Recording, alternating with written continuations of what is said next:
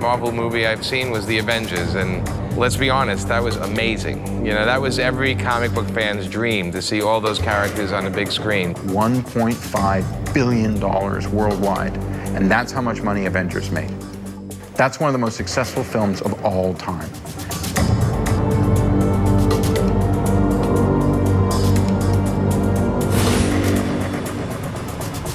People love escapist fantasy. Marvel is modern myth-making of today. When I was growing up, I was the only guy for probably 500 miles who could tell you that Tony Stark was Iron Man. Now we all know it, and it's great.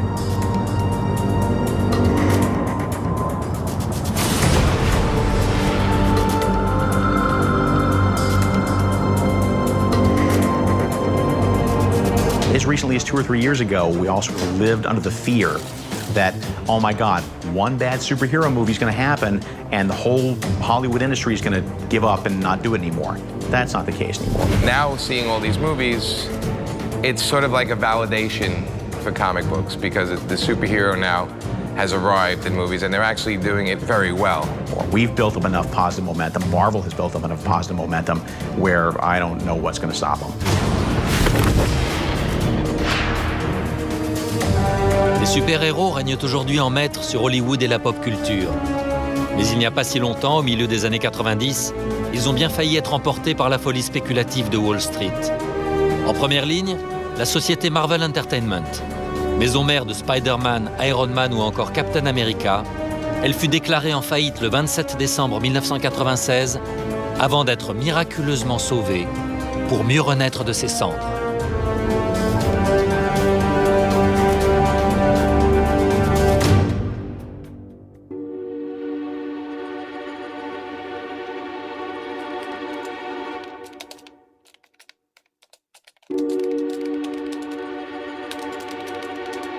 Comics in general, and Marvel was no exception to this, sales were beginning to decline in the 1980s.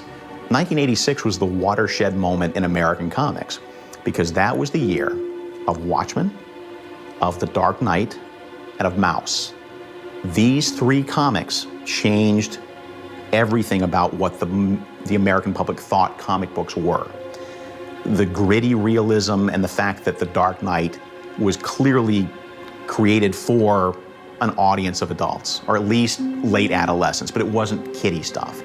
And Marvel at that point was not as quick to grab that sort of brass ring that was being offered of salvation. X-Men was always the best-selling comic in the late 1970s and all through the 1980s. Same with Avengers, same with Spider-Man. These were still the top-selling comics in America, but every year they would drop another 5,000 or 10,000 copies per year in sales, and prices escalated to try to make up the difference. So it's an exaggeration to say it was in free fall.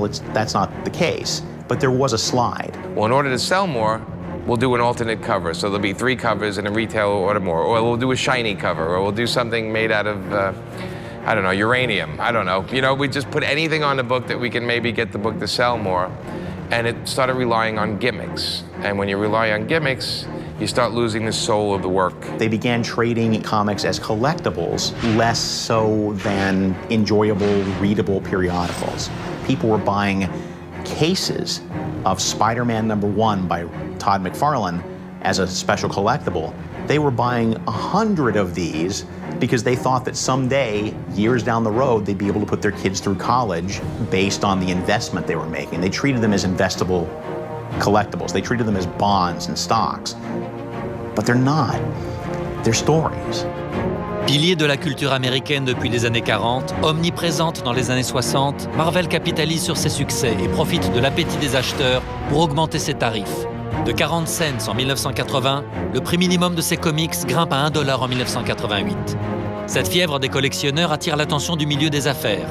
En 1989, Ronald Perelman, poids lourd de Wall Street, rachète Marvel pour plus de 82 millions de dollars. Très vite, il met en place un système complexe de holdings, relié à son propre conglomérat, McAndrews & Forbes. En 1991, Perelman introduit Marvel en bourse et l'entraîne dans une spirale d'acquisition. À Wall Street, le cours de Marvel s'envole.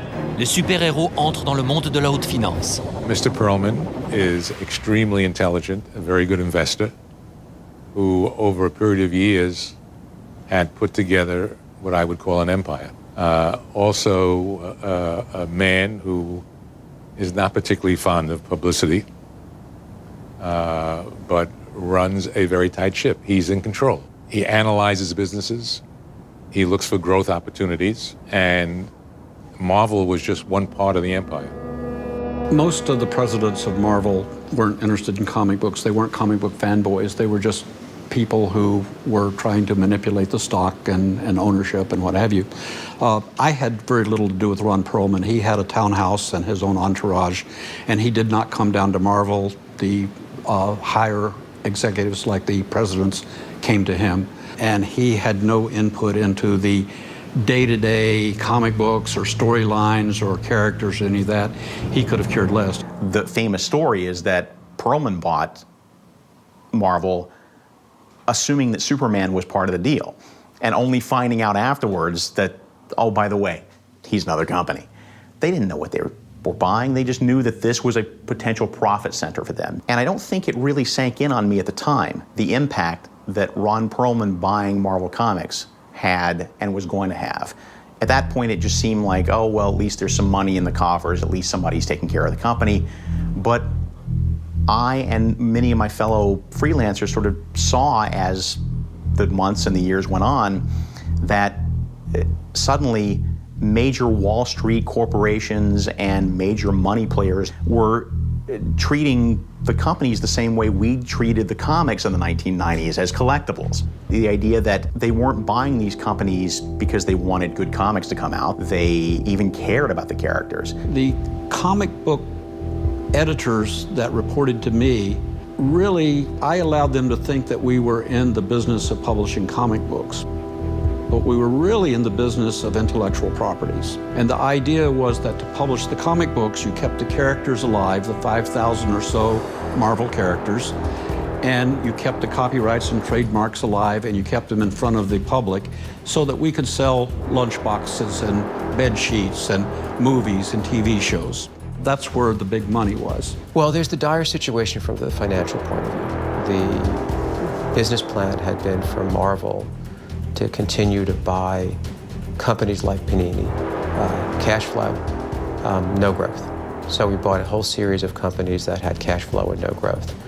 And we convinced Wall Street that buying flat companies was the same thing as growth. There was approximately $500 million of bank debt, made up of a revolving credit facility and a term loan. And then there must have been something in the area of $1 million of trade debt and other debt, maybe more.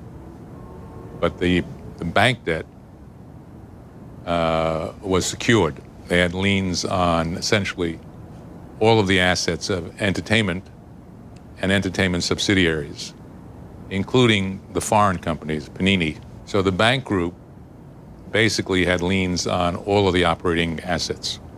As we started to have to pay off the interest and we felt pressure to make more and more money, we started to make really stupid business decisions. So we released more and more different titles, and we would raise the price point, and things would look good for the first month that we would do it, but in the long haul, we created this really horrible downward cycle where we were pricing new customers out of the business. And we were doing so many different books that the storylines got so complex that no new readers could come in. So basically, we slammed the door on new readers. The challenge was to look surprised when the circulation numbers dropped, but I couldn't look surprised. So the first exodus for me was like the first exodus for a lot of people. We saw that the company was going to go bankrupt. We did our best to be vocal about what to do to fix it, and we did our best to fix it. But when it was clear that that wasn't going to happen, most of the better people left. We couldn't even fathom the idea that Marvel Comics could go out of business. How is that possible? Look at all the books. They're all over the world. They're printed in every language. Like most creative people, we were just worried about making good books, so we figured somebody else is taking care of that. You have to understand that at Marvel, you had two levels. You had the suits and you had the creators. And the suits were the people running the business, and the creators were the people creating the comic books. The people creating the comic books lived in a false euphoria, if you will. They thought everything was fine, the comic books were coming out, the stories were good, everybody was having a good time. The suits upstairs are wheeling and dealing and, fighting for financing and ownership and control and all kind of Machiavellian plots. During 1996, as things got increasingly worse, there were defaults under the bank agreements. So there were negotiations with the banks for waivers of those defaults. And agreements were reached with the banks to waive the defaults for a period of time. And the hope was that before the end of the year, the economy would come back, consumer spending would increase, and they could reinstate everything. As the year progressed, there seemed to be no real hope that that was going to happen. So the decision was reaching an agreement with the bank group as to a restructuring. And that would be part of what we call a prearranged Chapter 11. And then there was the news of Chapter 11, and we were just like, well, what does that mean? Le chapitre 11 de la loi américaine sur les faillites est l'équivalent du redressement judiciaire français. Il permet à une entreprise surendettée d'obtenir d'un juge le gel de ses créances, le temps de proposer un plan de restructuration pour sortir du rouge. Ron Perelman et ses conseillers espèrent ainsi gagner du temps vis-à-vis des banques, tandis que Marvel entraîne le marché des comics dans sa chute. Yeah, the 90s were a funny time. I was trying to break into the comics industry just when it was collapsing. It's like trying to get into international banking in 2009. It's like everything had completely fallen apart. Everyone was losing their jobs. Comics was in chaos, and I was coming in at this time as a young guy trying to get jobs, and there was just nothing going at all. And Marvel, which used to be the ultimate aspiration of anyone working in comics, was a ghetto. Like, nobody wanted to work there. I mean, there was even stories of people, writers and artists, were being sued. This was rumours, by people that Marvel owed money to. Like, because they couldn't get the money out of Marvel, they were coming after the writers and artists and sending them lawyers' letters trying to get cash. So people were getting hit with massive bills. The place was insane. It was nuts. So it's not as if it was a secret that things were heating up at Marvel, that things were dire there. And we get stories in about there's no coffee maker in the office because they thought coffee would be too expensive, or suddenly the FedEx account had been canceled because they decided that it was too expensive to have a Federal Express account. Another thing was they sold the 2 doors to their conference room because the doors had pictures of Spider-Man on it, and they managed to find a buyer for their doors. And I don't know the validity of these stories, but stories like this were circulating, and freelancers were like, how on earth can we work for people who can't even afford to make coffee anymore? Half of the people went, well, I better go get work at DC, We just hear things. We'd say, well, even if it goes Chapter 11, it's still going to be in business. That's just some technical thing they have to do. We didn't understand it. Because all we thought was, well, I need to get the next issue out by Thursday. That's not really my problem. I need to do this, So we thought, well, they'll figure it out. These guys know what they're doing. Ron Perlman would come to Marvel about once a year with his daughter on Bring Your Daughter to Work Day and say to his daughter, Daddy owns all of this, and then he would go away. He was busy owning Revlon and Coleman and I think Hummer and all kind of companies, and basically using one company to leverage the other company, which is what got him into trouble with Marvel. Because what Ron Perlman didn't realize is that there was a bigger shark than him swimming in the waters named Carl Icahn. Who was Mr. Icahn? There are various descriptions of Mr. Icahn. And back in the 90s and the 80s, Mr. Icahn was probably known as a green mailer, that he would take a position, urge changes in the company, and to basically get rid of him, he would be paid green mail. So if he took a 10% or 13% or 14% interest in an entity, the entity would pay him a premium over the market value of that stock to go away and stop bothering them. And he was very successful at it. What precipitated his interest is very speculative.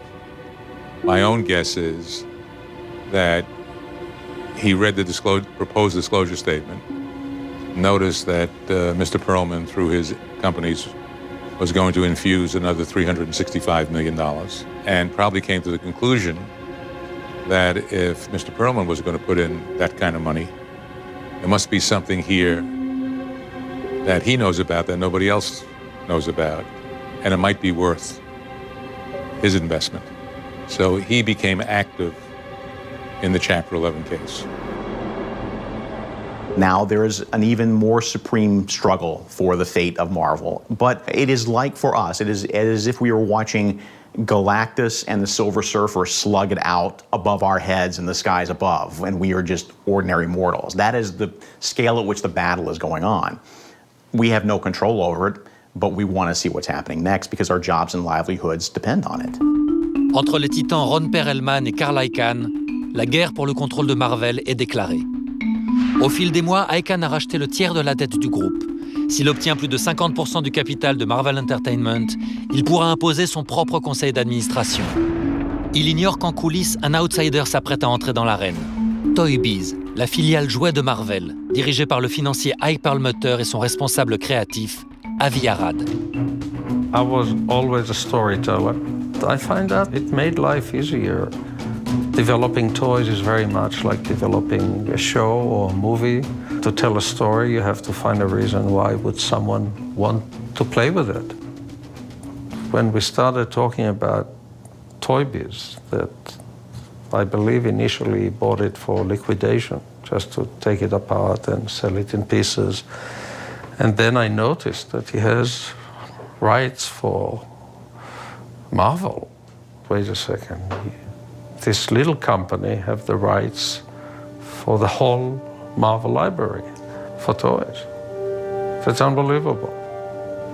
Ike, who is absolute genius businessman, but had no interest or affinity for comic books. The only thing he always understood instinctively is the value of a trademark.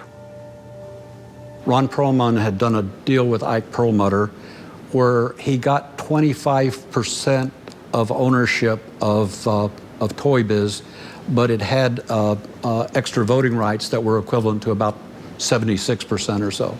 So basically, that gave Toy Biz an unlimited, royalty-free license to do Marvel action figures and toys, paying Marvel nothing.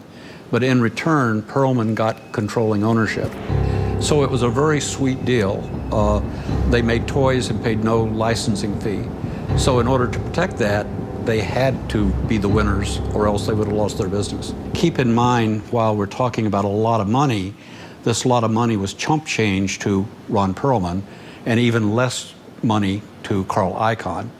At the time Perlmutter took over the company, he had put all of his eggs in that basket. He had nowhere else to go if he didn't win the ownership.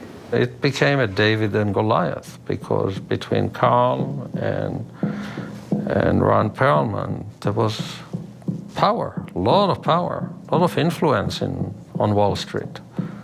And we were like these two guys with an accent. It's different. Was it a war? Yeah.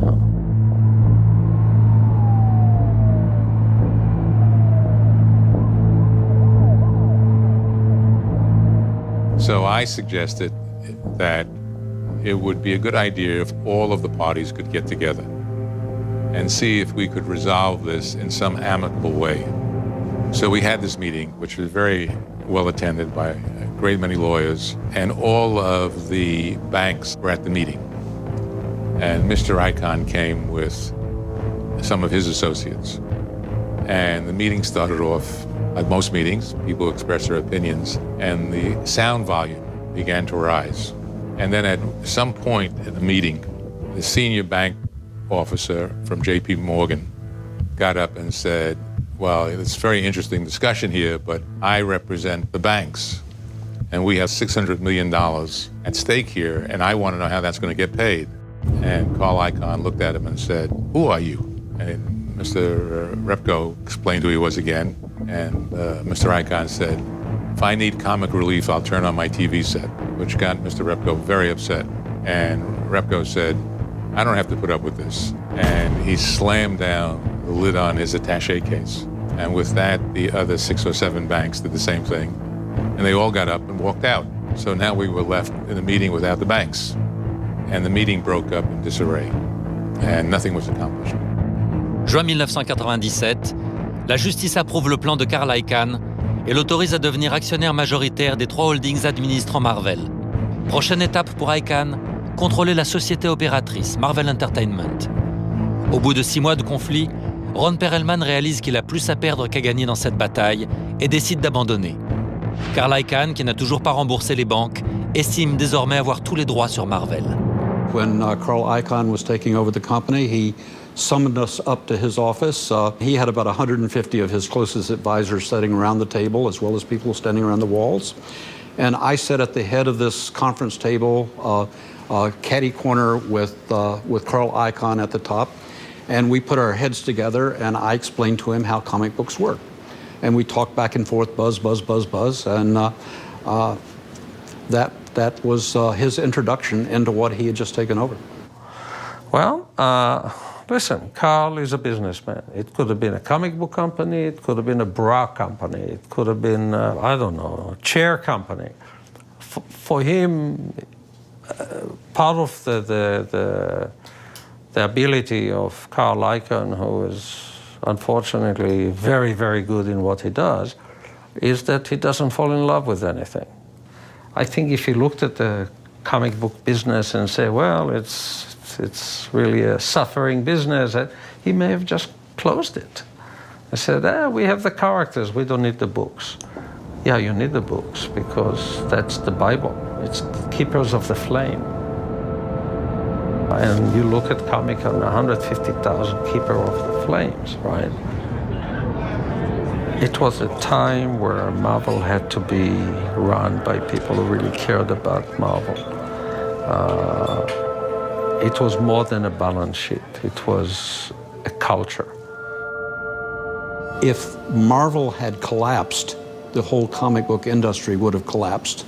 I controlled over somewhere between 30 and 36% of the comic book market at that time. And DC controlled probably about maybe 25 at that time. So if Marvel had collapsed, all the little comic book stores would have collapsed and the whole industry would have collapsed. So my job was to keep the comic books coming out. And there was all kind of lawyers and people fighting up in the clouds above us like Olympian gods. And they were spending, millions and millions and millions of dollars on lawyers. I think the estimate was like $40 million on lawyers alone, fighting over control and ownership of Marvel. Carl had a cash offer for the banks. I believe that the bank probably wrote off the losses in Marvel. And they had a bank meeting, which was actually not legal. Literally, we had to run over to a law firm and more or less break down the door and say, no, you're not going to have this meeting without us. It became like one of these moments that I looked around the room and all these bankers basically in their minds were going to take the cash from Carl Icahn. And I said to them, you don't understand what you're doing. Spider-Man is worth $1 billion. You're going to take $375 million for this company? One character, and I was wrong. Spider-Man is worth probably $10 billion. And it stopped everybody. I think the thing that made it work for us, that even the investment bankers and the bankers, there were a lot of young people there, kids out of MBA schools, out of law schools, and many of these kids loved comics. And when they hear Spider-Man is worth $1 billion, they got it. Convaincus par Avi Arad, les banquiers changent de camp. Le 31 juillet 1998, la Cour annule le précédent jugement favorable à Carl Icahn et valide le plan de Toy Biz pour fusionner avec Marvel. Vaincu, Icahn accepte une compensation financière pour se retirer. La procédure aura duré 1 an et demi. Very few people ever won against Carl Icahn. It's quite powerful. But this one, it's like you cannot go to war without ideology. Soldiers without ideology cannot be a good soldier. I think, thank goodness, I had a partner like Ike. Not only he's tough, he's just so smart. How to deal with all these business issues. And our friendship was so strong that it wasn't even about just the Marvel thing. It's just about the fact that I think I made him a believer that this thing is very important. I'll never forget the first meeting with him over X-Men. He said, "What do you want to do?" I said, "I want to make a show out of X-Men." "What's X-Men?" And it didn't matter. He said, "You know what? You do your thing, I do my thing." That's why we were such amazing friends and partners. No one knew what to make of it when Avi and Perlmutter finally managed to wrest control. No one quite knew what was going to come of any of it. There was at least some sense that things had settled and a little bit of peace that came with that, but a lot of trepidation in the sense that we don't know what this means. The last place you would imagine you would want to work is Marvel, but in a way it's actually quite exciting going into a place where there's nothing left to lose. As a creator, you know, as a writer, I love the idea of going in where anything goes. Like, if you go into something that's very successful, it's kind of boring because people are scared to take risks, whereas Marvel was at such an absolute nadir. Things were just dreadful that they said, let's just try anything. And that's the kind of Wild West atmosphere that I quite enjoy. We wanted to resurrect some of our older, more tattered characters for future use in movies. So I talked with Joe Calamari, and Joe suggested that maybe we should do a deal with Jimmy Palmiotti and Joe Quesada. Joe and I would go to the cons with our own company event. We formed this small company. We put out a couple of titles like Ash and Painkiller Jane and 22 Brides, and we self-published it. They weren't great books, but they were fun books. And them saying, we want to see what you guys would do with Marvel Comics if you had the chance. And for Joe and I, we sat there and said, oh my God, they're gonna let us do anything we want? I put them up in the penthouse, which was a little office on roof level, well away from my comic book creators down on my floor, because there was a certain amount of resentment that I was giving away 4 characters to this new group to create under the name Marvel Knights, a whole new line of comic books. Me and Joe, like, we have the whole penthouse, and again, we even had a separate, you had to go through a secretary to get up the stairs to go to the penthouse. And Joe and I, of course, we put TVs in there, we put a couch, we put drawing boards, and we worked up there the whole time. One of the characters we gave them was Daredevil. Daredevil had kind of faltered a bit.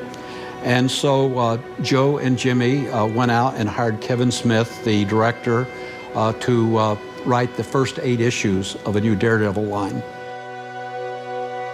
The whole key to Marvel Knights was the right writer on the right character, the right artist on the right character. But the bigger issue for us was comics were always perceived as not cool, okay?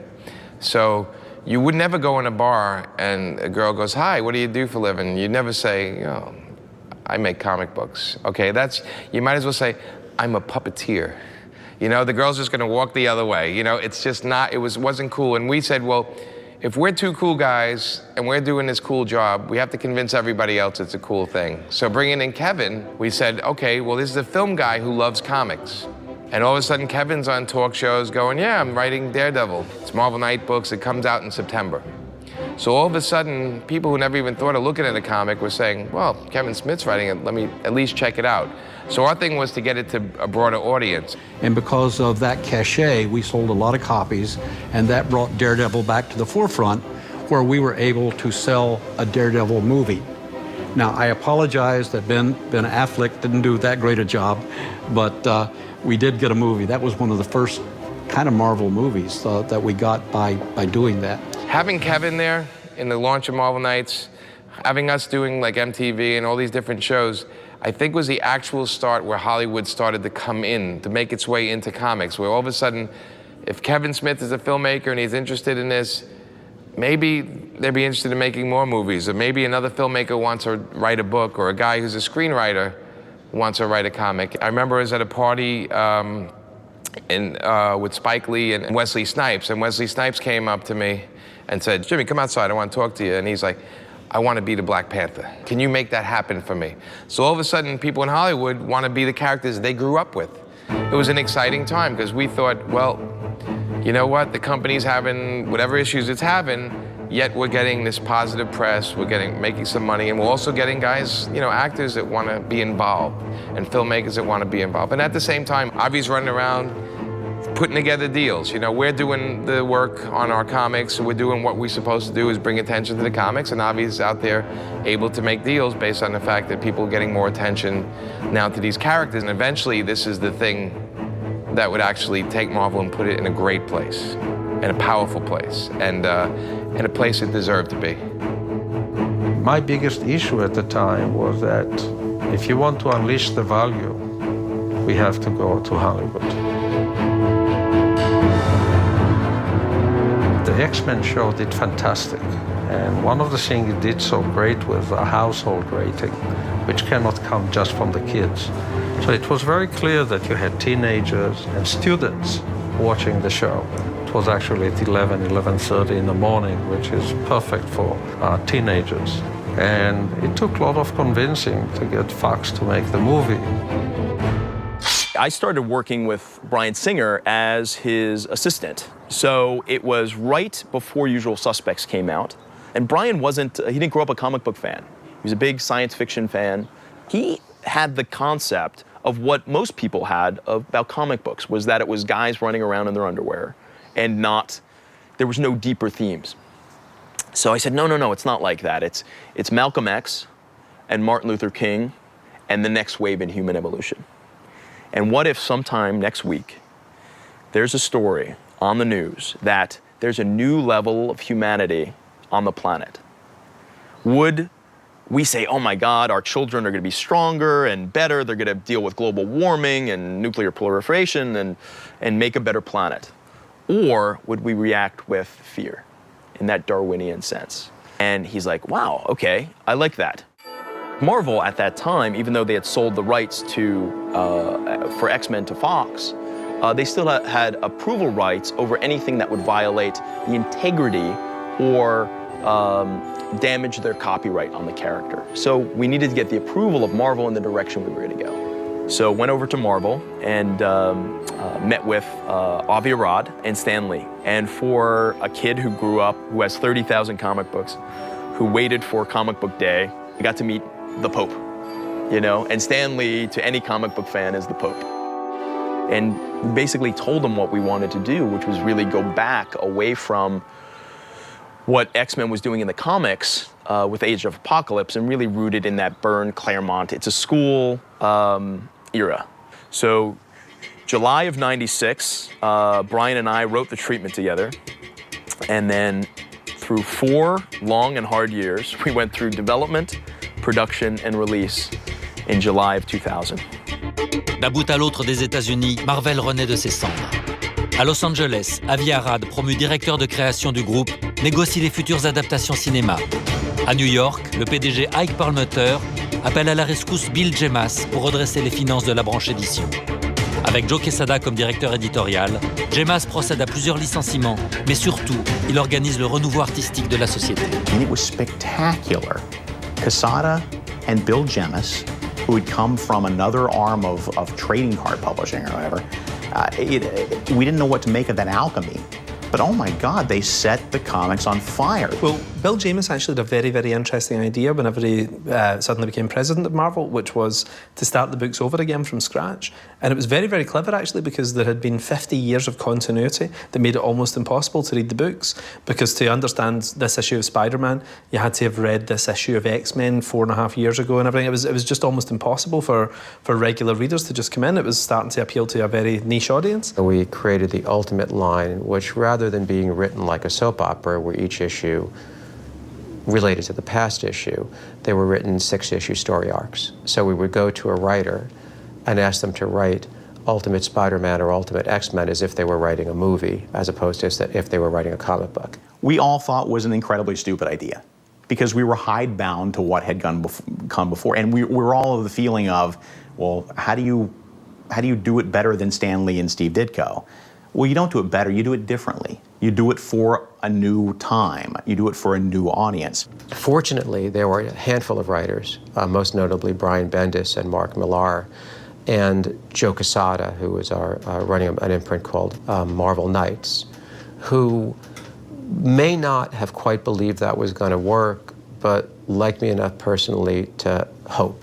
These 3 creators set the tone from Marvel. Joe Quesada phoned me up and he said to me, Mark, the lunatics are now running the asylum. Would you like to come and join us? Because he'd just been put in charge of Marvel. And I thought, how can I refuse an offer like that? And I actually took a pay cut to go and work at Marvel.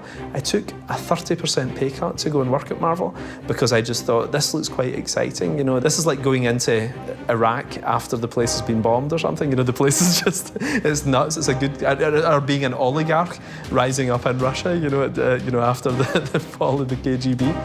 And they had me lined up to do Ultimate X-Men, which was a reboot of the X-Men franchise. And I had a great time on that. I was very, very lucky. It started at #1, it launched at #1 and everything. And that gave me a certain amount of kind of credibility at Marvel. So like, it was a really exciting time. And the 5 years that followed, I think, is probably the most creatively interesting at Marvel, I would say, since maybe the 80s, but even possibly the 60s, whenever everything started. The first Gemis years, the sales in the books exploded, the attention the books received from the outside media exploded, and comics were back on the map, and people were very excited. You're watching what Grant's doing with X-Men, what Brian is doing with the Ultimate Spider-Man line. These are must-read comics. Marvel's all about, if your book sells well, then you know you can do anything you like, which is lovely. You know, it's a great position to be in. So because my first book had sold so well, they said, what do you want to do next? And I said, I'd love to revamp the Avengers franchise. And they said to me, people don't like the Avengers. And they showed me the sales figures. You know, I wanted to go in and make these characters work for the 21st century. So I wrote an outline for it, and the guys really liked it. And Bill said, look, you've made us money on X-Men. You know, let's see what you can do, you know. And Joe became very, very excited about it. Joe became a real supporter of it too. And the guys, they just gave me carte blanche. Gemis, again, had this notion of, damn the torpedoes. You know, don't tell us what to do. Let's do things in opposition. Let's push the boundaries. Let's find new ways of interpreting old rules. Let's challenge all the thinking that went before this. And Joe was very much of that same mindset. They were a good team.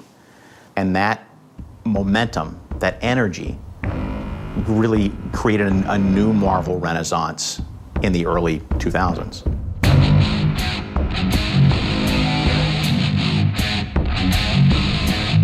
When a big movie will come out, say Iron Man, people are like, I want to read Iron Man #1. Reading Iron Man #1 for a person who just saw the Iron Man movie is not the same thing. It was in Vietnam, there were communists, so the Ultimate Universe and the whole line of books is sort of a way to bring people that are of this time period into Marvel Comics and into these characters in a way that they can relate to, as opposed to having to go back and dig through all that continuity and history.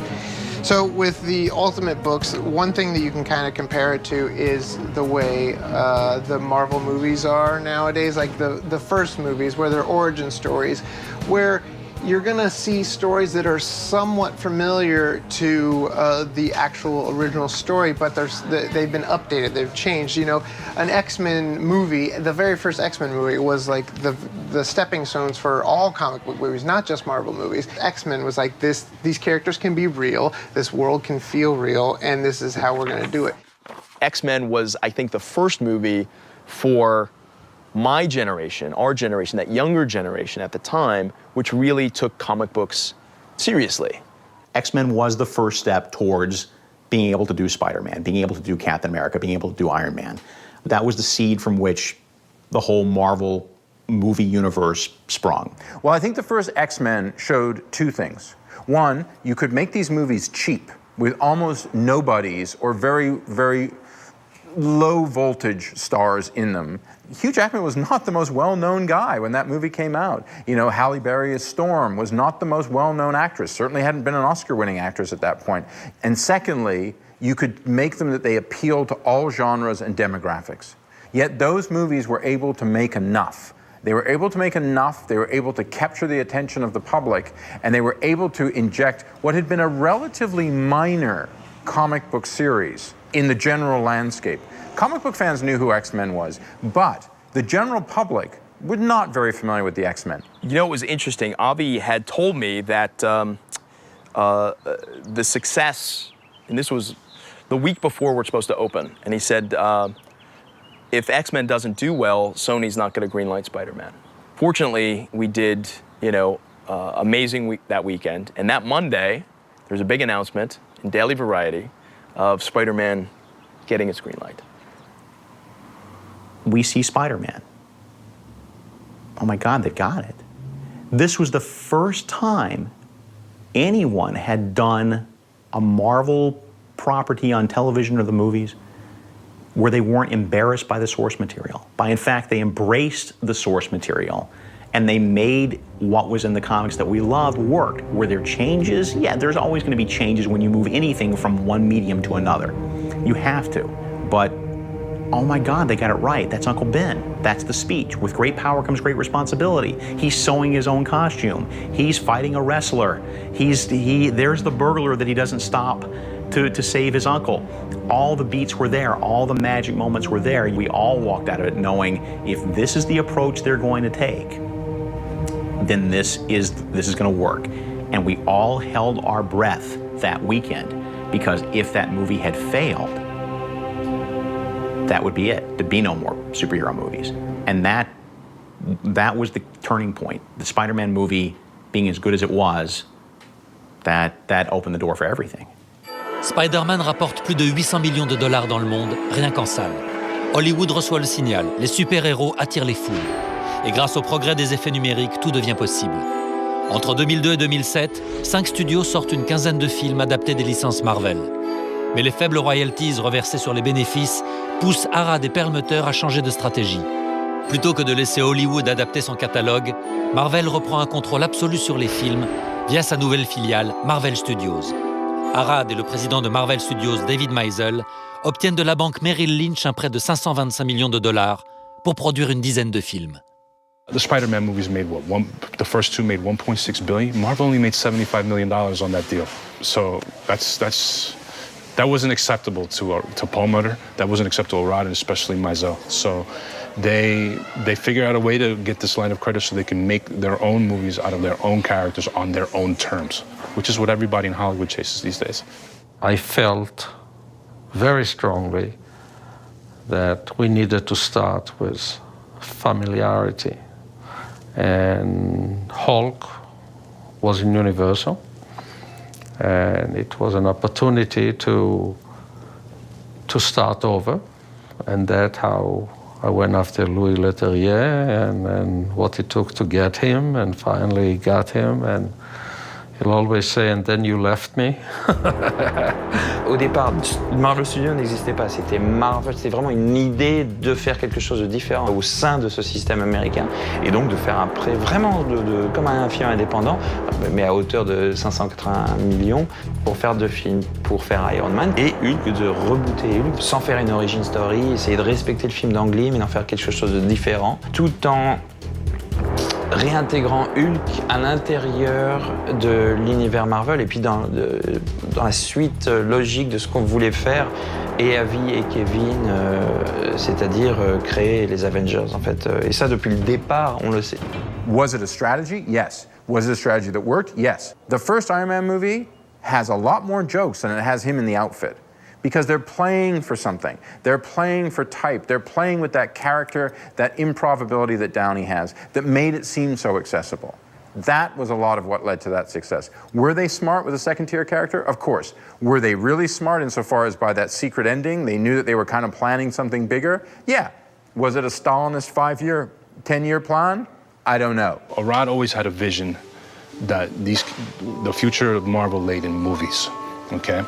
So basically, there was a falling out, I think, between Perlmutter and Arad. David Meisel was becoming more of the favorite son to Perlmutter than Arad. Arad fell shortchanged, so when he set up the line of credit for Marvel, he said, you know what, I'm not going to deal with this anymore. I'm not the favorite son anymore, so I'm going to take $59 million, cash out my options, and leave the company. And that's exactly what he did. There were a lot of things I wanted to do that would have been a conflict under Marvel. And there was a time in my life, in 2006, where I felt it's all in place. And I think I was tired enough to do the right thing, to say, Sophie, gotta move on, or gotta move back.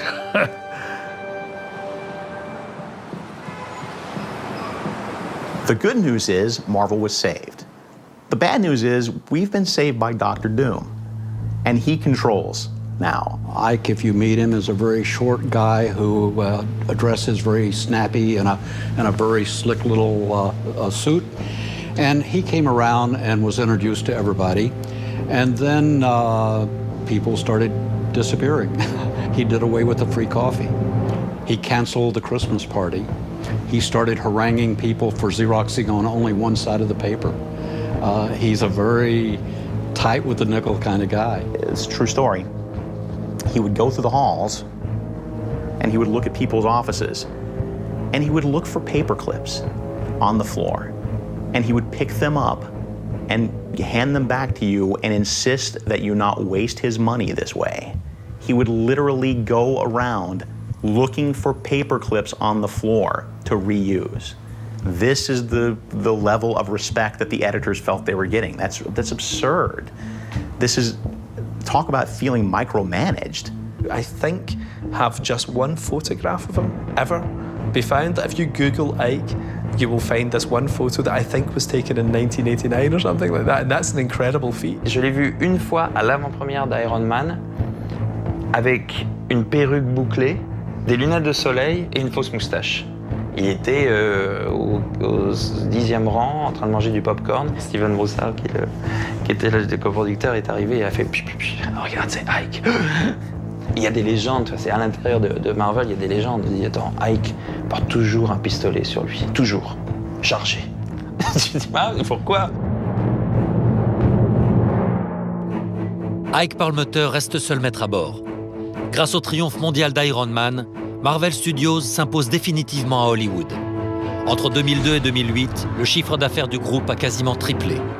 Il repose désormais à 80% sur la vente de produits dérivés et sur le cinéma. À l'été 2009, Perlmutter négocie dans le plus grand secret le rachat de Marvel par Disney pour plus de 4 milliards de dollars. L'annonce est officialisée le 31 août. Perlmutter conserve son poste de PDG et nomme Kevin Feige à la tête de Marvel Studios, qui pulvérise le box-office en 2012 avec Avengers. Sous Disney et Perlmutter, Marvel accélère sa mutation en empire multimédia, contrôlant ses projets au plus près. It was a surprise to the entire comics industry. The Monday morning that we all opened up our web pages and visited our websites to see what the news was and found out that the Disney empire had taken over Marvel. It was not a good feeling at first. Not that the folks at Disney aren't fine people. You're going to get me fired. But it's that a sense of a corporate takeover like that always leaves everybody a little nervous. What happens to the people who we are working with? Is there, are they going to be redundancies in the divisions where they're going to want to fire people that we like? Are they still interested in publishing comics? We don't know. We were able to break what their secret announcement was, what their secret movie was for 2014, the secret Marvel movie, and it was Guardians of the Galaxy. So we leaked that out before the mainstream press. So the mainstream press, the Hollywood Reporter, Variety, gave us the credit for breaking that story. Marvel didn't like that. They didn't like that this quote-unquote fanboy site broke the news, of their exclusive before Comic-Con. They were furious. They wanted to know who our sources were. They've made they've made empty threats, that if you can tell us who your sources are, we won't prosecute you, we won't do anything to you, we won't harm you, basically. Because not only did we break the Guardians of the Galaxy, they tried to enforce us, they tried to bully us, and then it blew up in their faces because it was now public. It was awesome, it was beautiful. Since then, they took in a very, very antagonistic stance with us. Now, for better or worse, Marvel is owned by Disney. It's a multinational corporation. Every statement, every interview, everything that Joe Quesada and editor Axel Alonso and any of these people do, they have to be aware that they've got big mouths, looking at them. They don't want to step over any sort of lines. Let's be honest, a studio that was kind of almost thinking about closing its animation division in the 80s to owning ABC television, to owning vast resources, to having theme parks all over the world, to buying Pixar. Then you have the acquisition of Marvel. And more recently, you've had the acquisition of Lucasfilms. So Disney is being a very smart corporate entity. They're just buying the best. And they don't have to do half the work. Because when you buy Pixar, you've got John Lasseter and his team. When you buy Marvel, you've got a long history, as this store and many of them around the world show, of already created characters with storyboards and histories and identities and lovers and backstories and villains. You're buying Lucasfilms? Well, you know, you already get Han Solo in the deal. Actually, you get Indiana Jones as well. Disney's, you know, global. And with that global comes power, and I think the idea that you can launch a film like The Avengers all over the world at once. I like the idea that in India, The Avengers is playing and kids want Spider-Man toys and all this kind of stuff. You know, so I try to look at it as a very positive thing. Where I was around when they were in Chapter 11, I'm thinking, oh, what's the chances that that's going to happen again? You know, probably slim to none. So with this kind of security there, I think now a lot of experimentation can come, and I have a real positive outlook on how it's going to really affect. It's the best of all possible worlds. There is no edict that comes down that says, okay, Avengers made $1 gajillion. Now we want the comic to be exactly that. Disney's great about that. Marvel's great about that. They understand that the strength is not in what we're publishing now. The strength is what we're going to be publishing 6 months from now or 12 months from now as well. In other words, you have to let creative do its magic. And I gotta say, and I'm not just saying this to keep my job, so far so good.